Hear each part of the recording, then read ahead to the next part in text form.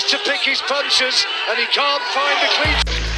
Dol, kailan ba ang laban ni Angas ng Pinas?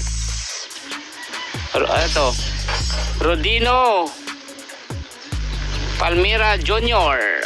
Aha. Di natin alam, boss. May laban ba? May laban ba, boss? Yung mga walang yung mga nagsasabi dyan na sinasabi na Boy Hingal, Boy Red Horse, yung mga ganyan, bayaan nyo yan. Bayaan nyo, mas maganda sakyan natin sila. Boy Hingal, Boy Red Horse, ganon. Tapos ang dami, walang laban, sakyan natin yan. Sakyan natin yan. Gulatin natin, kumbaga. Diba? Sabi ni Joseph Francis Pamaong, di ka na masisira, sira ka na, dati pa abati ka. Yan yung gusto ko. Yan yung gusto ko. Yung sa isipan ninyong sinasabing mahina, dyan kayo mano. Yung sinasabi ninyong sira. Kasi yung binababa inaangat, yung binubuli, yan yung minamahal ng mga tao.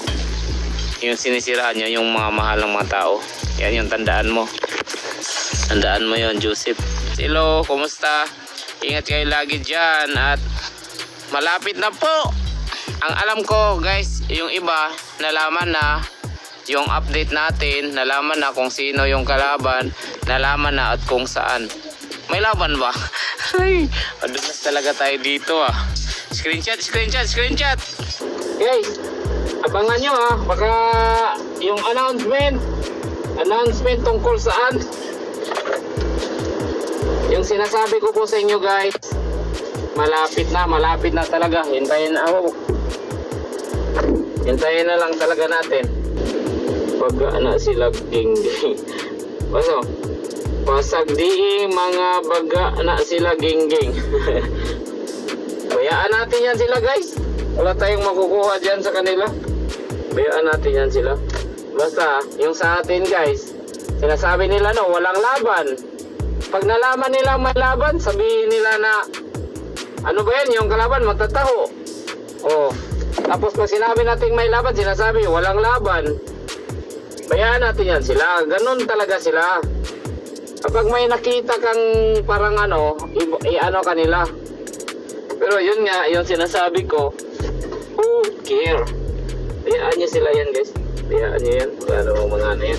Ito, guys, ang laba. Madulas talaga tayo dito. Wait. Basta, sa mga naniwala sa amin, maraming salamat po. At sa mga hindi naniwala, okay lang, bahala kayo. Buhay rin kayo yan. Sa mga nagbas, salamat. Kasi yung mga nagsabi na hindi na laos na po, laos, pero laging pinag-usapan, salamat. Kasi dahil sa